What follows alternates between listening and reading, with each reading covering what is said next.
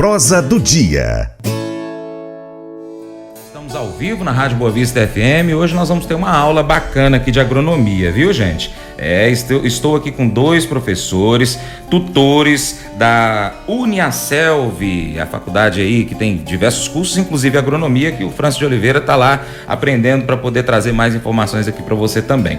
Estou aqui com o professor Warley Silva, ele é engenheiro agrônomo, mestrando em defesa sanitária vegetal pela Universidade Federal de Viçosa, bacharel em sistemas de informação, técnico agrícola, especialista em proteção, e também com Cristiane Burgo Moraes, engenheira agrônoma, formada pela UFG, pós-graduação em biologia, gestão ambiental e biodiversidade, especialista em tecnologias educacionais, aprendizagem e inovação pedagógica, graduanda em gestão de agronegócio pela Uniaselv, ambos então, como já disse, professores tutores lá da Uniaselv. E nós vamos falar aqui hoje sobre controle biológico, mais precisamente inoculação, inoculante, co-inoculação, e a gente vai saber o que é esse negócio aqui agora com vocês. Primeiramente, Cristiane, bom dia, seja bem-vinda ao Paracato Rural. Bom dia, telespectadores, no caso, ouvintes da rádio. Bom dia, Warley. Bom dia, professora, bom dia, Francis. Quero deixar um abraço aqui a todos os ouvintes e principalmente aos nossos acadêmicos aí da agronomia da Uniaselv. Eu quero agradecer a participação de vocês aqui, porque essa aula realmente que a gente vai estar trazendo aqui para os nossos ouvintes é muito importante. Para aqueles que já conhecem, vão aprender um pouco mais. Para quem não conhece, vai saber o que é. E eu já começo então essa pergunta, e aí um de vocês responde para a gente, o que é inoculação ou inoculante? Bom, o inoculante ele é um insumo biológico, tá? Que ele contém micro-organismos que trazem ações benéficas para as plantas. Que tipo de micro-organismos são esses? São bactérias, tá? São bactérias utilizadas na agricultura, que são fixadoras do nitrogênio e muito utilizadas e também se desenvolvem bastante em leguminosas. Então, portanto, todas aquelas plantas que geram vagem, vamos dizer assim, são consideradas leguminosas. E ele hoje está amplamente sendo utilizado tanto na soja, já desde a década de 70, e também no feijão, agora utilizando no milho, também algumas variedades para o milho e para a cana-de-açúcar. Então ele vem trazendo a fixação biológica, ajuda as plantas a absorver aquele nitrogênio, né? Ela oferece para as plantas aquele nitrogênio que ela capta ali no solo. Então essas bactérias vêm só para beneficiar a produção, aumentar a produtividade, principalmente o que o produtor quer, redução de custos. Muito bem. Dessa forma, professora, o produtor rural ele vai utilizar então menos produtos químicos, aqueles chamados agrotóxicos, seria basicamente isso? Não é que ele não vai utilizar agrotóxico, ele vai diminuir ou zerar, como no caso na cultura da soja, a utilização da ureia, o adubo nitrogenado. Entendi.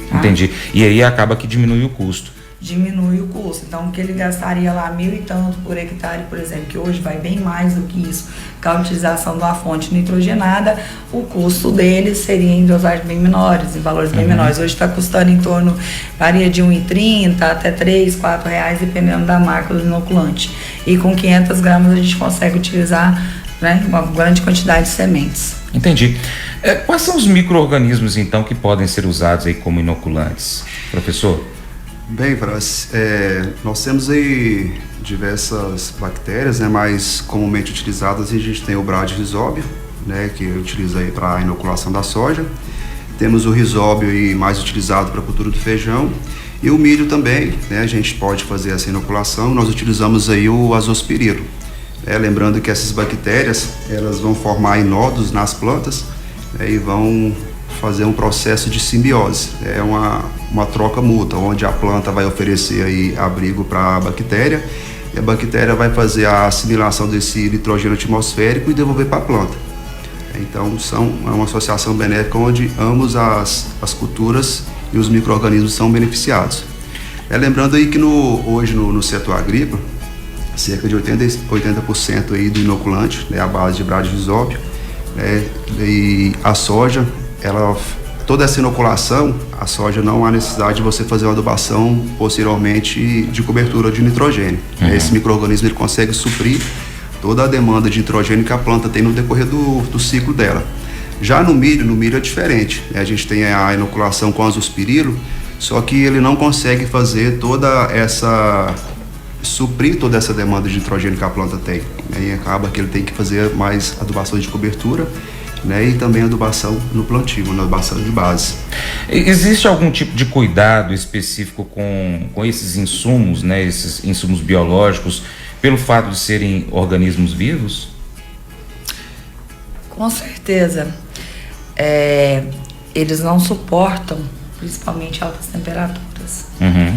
Então, eles têm que ser armazenados em temperatura ambiente, sempre, tá? Existem alguns no mercado que não são, tá? Certificados ali, registrados pelo Ministério da Agricultura, lembrando, produtores, que sempre que forem comprar um insumo biológico, tá? Ou qualquer produto químico, comprem só aqueles que possuem o selo do Ministério, que são registrados pelo Ministério da Agricultura, o famoso MAPA. Então, às vezes você compra alguns que tem recomendação de você guardar em temperaturas mais frias, na geladeira, mantendo gelo. Uhum. Isso não acontece. Aquele que é bem feito, que é bem trabalhado, que foi feito em laboratório, ele não há necessidade de manter em temperaturas mais baixas. Ele consegue sobreviver tanto na forma líquida, que a gente compra no mercado, ou na forma turfosa, em temperatura ambiente. Então, manter sempre à sombra. Esse é um cuidado essencial. Uhum. E também tem alguns cuidados que daqui a pouquinho o professor Warley vai estar falando com relação à hora de estar preparando as sementes, inoculando as sementes com esses biológicos, né, a forma correta de fazer cada um deles. Quais são os benefícios que os inoculantes proporcionam para o agricultor? Você já falou sobre a questão da economia com insumos agroquímicos, né? Quais são os outros benefícios que traz aí para a gente? O Francis, como além, né, da redução dos custos pela menor necessidade de adubação nitrogenada, nós temos uma melhoria na resistência das plantas ao estresse. Tá? Uma planta bem nutrida, ela resiste mais. Quando você está com o seu sistema imunológico ok, por exemplo, tá, bem alimentado, suprir todas as suas necessidades, se você pegar uma gripe, os efeitos dela vão ser menores. Entendi. Então, quando você tem qualquer tipo de estresse ambiental, seja ele por chuva, por sol, excesso de água, né, por muito, a seca prolongada, então a planta consegue passar por esse período de forma mais resistente, melhor do que outras plantas que estariam com deficiência de nitrogênio. Então, ele melhora essa resistência das plantas. Além de melhorar a eficiência na absorção de água e de outros nutrientes. A planta está mais forte, aumenta, quando você aumenta a quantidade de nitrogênio, não só a questão que a gente fala do nitrogênio faz a planta crescer e tal, ela tem um certo efeito nas raízes também, então aumenta um pouco das raízes secundárias, e quanto mais raiz se tem numa planta, mais absorção se tem também ali dentro. Tanto de água quanto de mais nutrientes. Então, assim, quando a gente está falando da fixação biológica, no caso da soja, o professor Warley já falou sobre isso um pouquinho, mas a gente não há necessidade de colocar adubação nitrogenada durante todo o ciclo da cultura. Entendi. Aí ele passa sem, já no milho tem que se colocar, tá? E se eu fizer uma adubação nitrogenada na soja, depois da inoculação, né? Eu já fiz a inoculação, por exemplo, se eu fizer... e vai tornar minhas bactérias preguiçosas. Então, eu deixar ali, no caso da soja, sem essa adubação nitrogenada, faz com que elas trabalhem e se desenvolvam melhor. Entendi. Isso é muito importante, o agrônomo que atende o agricultor ali estar atento a esses pequenos detalhes, né? E, é claro, tem que estar sempre se atualizando, buscando nas pesquisas, né? Por exemplo, a Embrapa, que traz muita informação que... no caso, a gente pode estar trabalhando com isso aí nos biológicos, e aí o agrônomo que atende esse agricultor vai ali, busca essa informação, se atualiza e aí vai fazer o melhor possível para o agricultor aproveitar esse insumo biológico e também os insumos agroquímicos, né, para poder estar não tendo um gasto excessivo, não prejudicar a planta da mesma forma, né, professor Warley? Isso daí. Bom, o que mais que a gente destaca com relação aos benefícios? Já falamos sobre todos eles? Não, há benefícios, né? Sim. Mas tem um assunto muito importante que eu acho que o professor Warley poderia dar uma explanada pra gente sobre a co-inoculação de sementes. Tá, que já é um preparo antes de colocar a semente no solo. É isso? Ou falei besteira? Co-inoculação de semente. Aqui, Francis, como a professora Cristiane mencionou, a co-inoculação é o uso de mais de uma bactéria. Tá, entendi agora. Então a gente tem aí inoculação de sementes com mais de uma bactéria, né? A gente vai chamar de co-inoculação. Então hoje a gente tem uma pesquisadora aí da Embrapa, a doutora Mariana Jungria, que foi que esteve à frente de todos esses estudos, né? Então, digamos que seja para o nosso agro hoje algo novo, a gente utilizar aí o uso do Bradrhizobio com azospirilo, né, na cultura da soja, onde o azospirilo ele tem a função de aumentar aí, né, a emissão de raízes secundárias na planta, né, e por consequência disso a gente vai ter mais sítios de entrada do Bradrhizobio. Então a gente teria uma nodulação mais precoce da cultura e ela poderá assimilar mais nitrogênio mais cedo, né? Então isso vai refletir na produtividade lá na frente. Eu vou ter mais nitrogênio, a planta vai estar com uma maior quantidade desse nutriente e isso vai refletir em produtividade. Então, e além disso, outros benefícios que a gente tem do azospirilo, né? A gente tem ele precursor de auxina, né? É um micro-organismo de muita importância para nós na agronomia. Professor, eu ainda não consegui entender isso aí não. Explica um pouquinho direito aí para nós aí. Dá um exemplo pra gente aí com mais detalhes, por favor. Aqui é o seguinte, quando a gente fala de co-inoculação, eu vou estar pegando o Bradrhizobio e o azospirilo. Tá. Quando eu uso o azospirilo, eu vou ter uma maior emissão de raízes laterais da soja. Essas raízes laterais são responsáveis em captar água e nutrientes. Ok. Né? E se eu tenho uma maior área de raiz, né, eu vou ter mais, digamos, mais casa para o Bradrhizobio morar. Então, se eu tenho mais raízes, ele vai nodular mais cedo. Né? Então, a planta começa a captar mais nutriente mais cedo. Porque o Bradrhizobio, ele vai pegar o nitrogênio atmosférico, vai reduzir e converter para a planta de modo que ela consiga assimilar esse nitrogênio. Porque a gente tem no ar atmosférico, a planta não consegue assimilar. Entendi. Então, é o processo de simbiose. O azospirilo vai produzir mais casas para o Bradrhizobio, o Bradrhizobio vai morar nessas raízes, digamos assim, e a planta vai ser nutrida com esse nitrogênio. Então vão ser três benefícios. Entendi. O azospirilo beneficia o Bradrhizobio vai beneficiar a planta e a planta vai nos beneficiar aí com altas produtividades. Tá, então vai aumentar a produtividade. Sim. Pode encurtar o tempo dessa cultivar também? Interfere no tempo dela? Isso vai depender muito do ciclo da cultura, né? A gente tem culturas de ciclo precoce, ciclo médio, ciclo Sim, longo, mas eu digo assim, aquela cultura, cultivar, que ela tem, por exemplo, 90 dias. A utilização da co-inoculação pode encurtar esse tempo? Ou tem não? Que aguardar mais os estudos ainda, que está começando agora a fazer. Mas a produtividade já é comprovada que aumenta. Sim, em torno ali, quando se fez, tá? Com os dois, aumentou em torno de 16,1%. Pode ser capaz de chegar até 16,1% da produtividade. A gente tem aí uma produtividade com só o Bradrhizobio, a gente teria 8,4%. Com a co-inoculação, a gente consegue dobrar, né, essa porcentagem de aumento de produtividade. Porque aumenta a quantidade de casinhas para ela ali, como disse o professor. Exatamente. E assim, tem uma coisa que é bem interessante, às vezes o pessoal pergunta, como é que eu sei que aqueles rizóbios estão realmente fazendo, estão trabalhando, deu certo a minha inoculação? É fácil, retira as raízes, abre, você vai ver um monte de verruguinhas, parece um monte de verruguinhas ali nas raízes da soja ou do feijão. Abre, se tiver rosinha, tudo bonitinho, ó, as bactérias estão trabalhando, beleza. Agora, se tiverem colorações diferentes, pálidas, alguma coisa está errada. Entendi. Então, tem como olhar isso no campo também.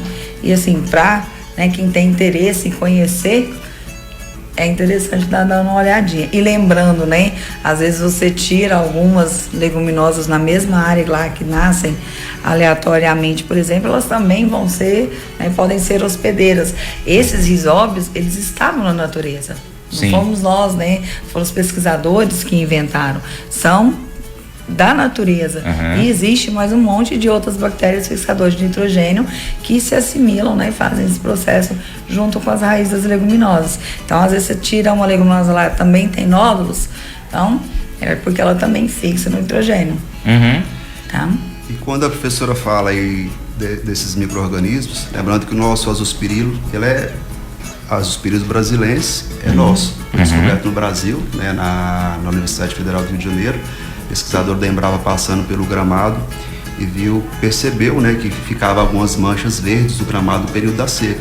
Ela, de curiosidade, pegou aquela parte da terra ali que estava verde, inoculou, né, na placa de Petri e descobriu o azospirilo. Então foi daí que veio a descoberta dele. E está sendo assim um dos micro-organismos muito estudados, né, pelo fato de ser da co-inoculação, né, propriamente dita, e também por ser um precursor de hormônio, que é a auxina. Né? A gente tem utilizado em várias culturas, em várias aplicações, e a gente tem tido uns resultados bem interessantes. A gente percebe que a planta fica com verde diferenciado. E a planta, quanto mais verde ela está, mais fotossíntese ela vai produzir, mais fotossimilado, e isso vai refletir em produtividade. Entendi. Essa produtividade, no caso da soja, tem um grão mais pesado ou ele produz mais grãos por planta? Tem as duas coisas? As duas coisas, né? São dois fatores de produtividade que a gente tem: peso por grão e mais grãos por baixo. Bom, a gente falou um pouquinho sobre esse assunto, um pouquinho mesmo, porque é um assunto muito amplo, muito interessante, que traz diversos benefícios aos produtores rurais. O que ficou faltando a gente falar, professora, nos blocos anteriores aí, da importância da utilização? Uma coisa que a gente estava conversando em off aqui, por exemplo, é que não se pode utilizar o insumo biológico ao mesmo tempo que o insumo agroquímico, não é isso? Nós não podemos misturar eles na hora de fazer o tratamento de sementes. Tem que ter um intervalo entre o uso de um e outro. Sim. Aplicar primeiro, no caso, né, fazer o tratamento de sementes ou de tolites, no caso se for uma cana de açúcar, para posteriormente estar fazendo a inoculação. Seja ela tanto de forma turfosa, que ela vem misturado ali, as bactérias misturadas na turfa, ou na forma líquida.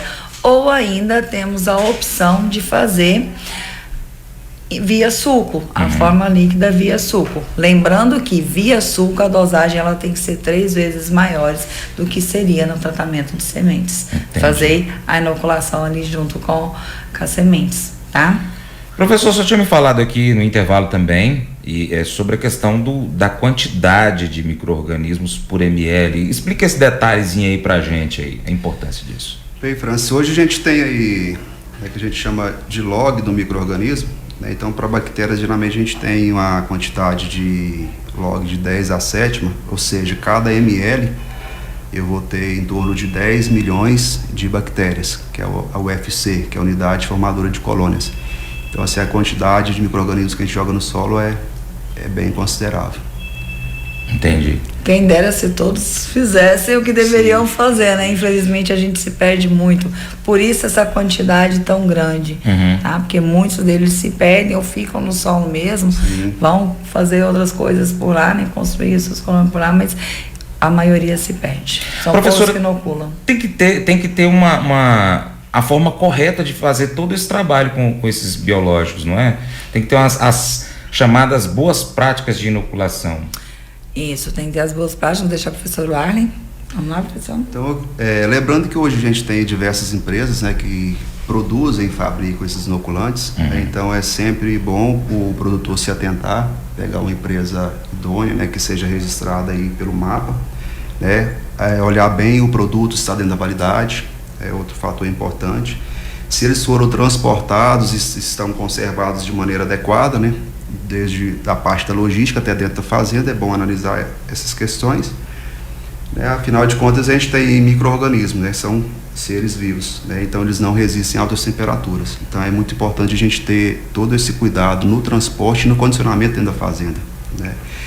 E cada um vai ter o seu modo, sua orientação técnica aí de utilizar, né? É bom sempre respeitar essa utilização, sempre que for fazer o tratamento de semente, fazer num lugar coberto, né? E de preferência tratar e plantar, né? A gente sabe que tem alguns percalços que podem acontecer, máquina quebrar, chuva e tudo, então a gente no outro dia, quanto antes, já fazer o plantio dessa semente que estiver tratada. Entendi, ou seja, o produtor deixa todo o equipamento pronto, já calcula o tempo que ele vai gastar para fazer a inoculação e co-inoculação, já deixa tudo organizado ali, faz, já coloca na máquina e planta. Hoje a gente tem os aplicadores de suco aí, né? Que o pessoal usa bastante, né? Então tá cada vez mais tirando do TS, que a gente chama que é tratamento de sementes, certo. Essa cauda do químico, cauda do biológico. Então a gente faz o tratamento químico da semente e o biológico a gente deixa para fazer nesses aplicadores de suco, né? Que vai toda a parte de inoculantes, fungos de solo também que a gente utiliza, nematicidas. Entendi. Então tem uma série de micro-organismos que a gente pode aplicar via suco junto com os inoculantes.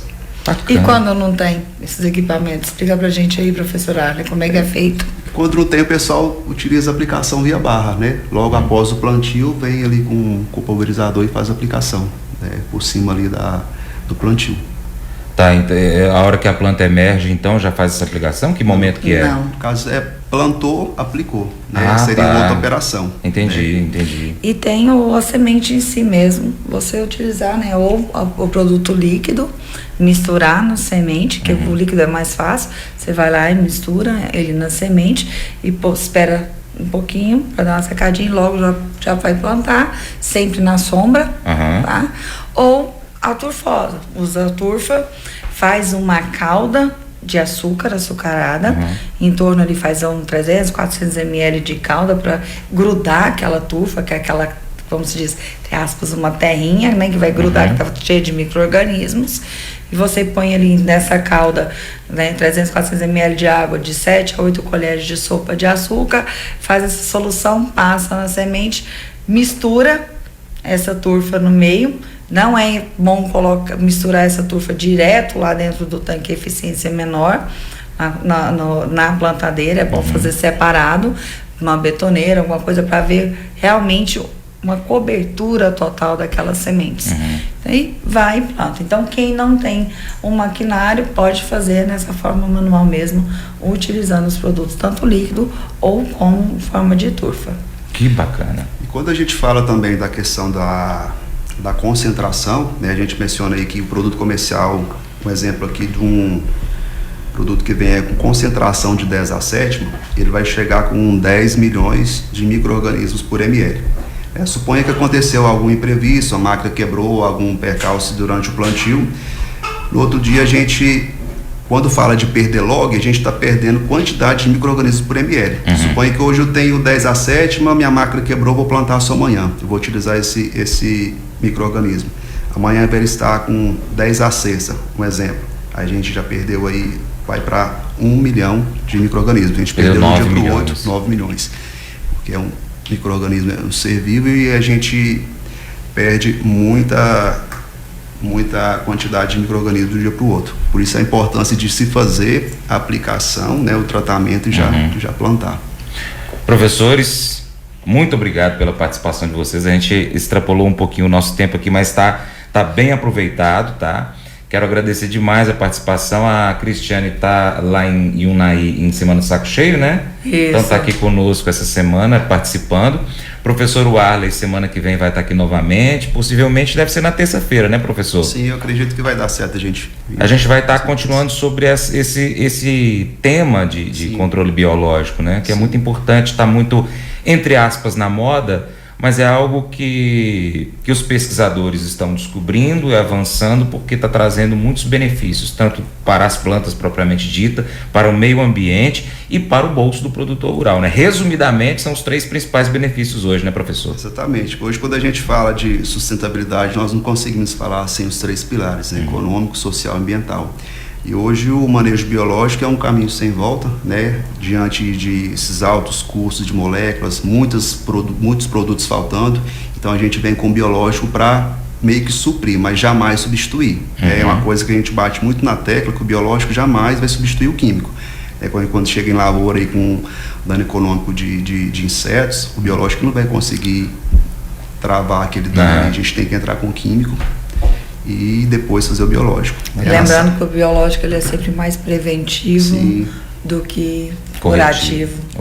Um bom exemplo disso aí é na safra passada na nossa região, eu creio que foi geral, dano da cigarrinha, né? Então, como a gente conseguiu controlar a cigarrinha, foi aliando aí, né, o controle químico com o controle biológico. A gente teve uma diminuição bem significativa dessa praga e a gente conseguiu aí manter uma produtividade mais tranquila na cultura do milho, né? E diante disso, os olhares se despertaram, né, para o micro-organismo hoje, e a gente está cada dia mais utilizando, né? A gente vai aumentando essa gama de utilização, solo, folha, preventivo, é um caminho sem volta e só está evoluindo. Tem muitos estudos ainda para acontecer, né? A gente tem hoje, pela Embrapa, mais de 6 mil micro-organismos catalogados. Então, os pesquisadores costumam brincar que, diante do cenário do micro-organismo, a gente não sabe nem 15% ainda da dimensão. Então, são muitas coisas para ser descobertas, muitas pesquisas para acontecer, e a gente tem que acompanhar, né? O profissional tem que acompanhar para não ficar de fora. Show de bola. Professora, deixe seu bom dia então para os nossos ouvintes. Bom dia, ouvintes. Prazer imenso estar aí com vocês. Muito obrigada pelo convite, Francis. Muito obrigada pelo convite, o Arley, e sempre que eu puder, né, estarei aqui com vocês novamente. Infelizmente, a partir da semana que vem, retorno às minhas aulas na Agrícola, na Escola Agrícola de Unai, mas sempre que tiver um prazer, um tempinho, a gente está aqui batendo papo de novo. Foi um prazer. Prazer todo nosso receber. Um abraço aí para os nossos ouvintes de Unai também. A gente tem muito ouvinte lá em Unai acompanhando a gente. Professor, deixa o seu bom dia e um até logo também, né? Quero deixar um bom dia para todos os ouvintes, né? Bom dia, França, professora Cristiane, a nossa coordenadora está aqui presente, Vanusa, né? Deixar um abraço aí para os meus acadêmicos que com certeza estão ouvindo agora, os meus familiares, né? E dizer que a gente está junto aí para estar trazendo sempre informação de qualidade para vocês. Muito bom. Obrigado, um bom dia para vocês. Gente, são professores da Uniaselv, tá? Se você quiser conhecer um pouquinho também, inclusive a gente tem trazido aqui nos intervalos o recado comercial da Uniaselv para você, tá bom?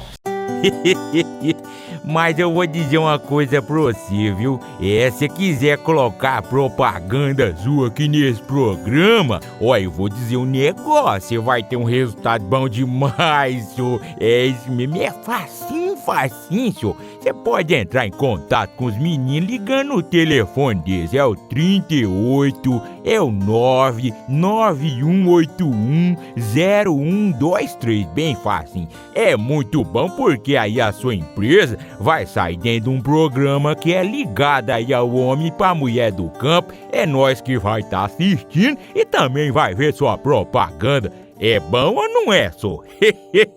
Gostou do nosso conteúdo?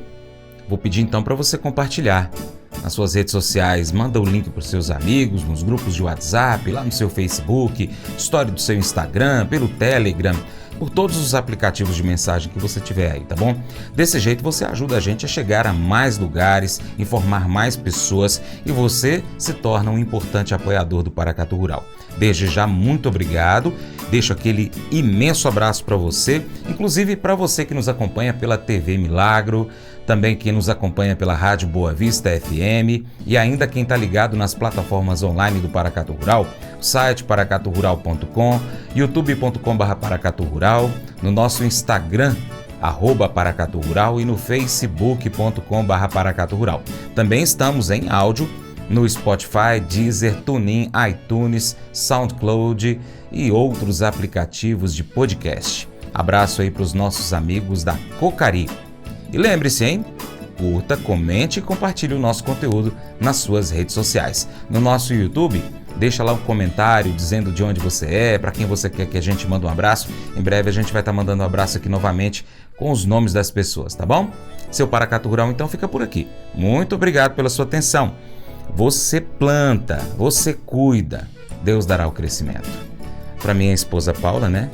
Um beijo, te amo, Paula. Até o próximo encontro, hein? Que Ele que está acima de todos, que está acima de tudo, o nosso Deus, te abençoe. Tchau, tchau.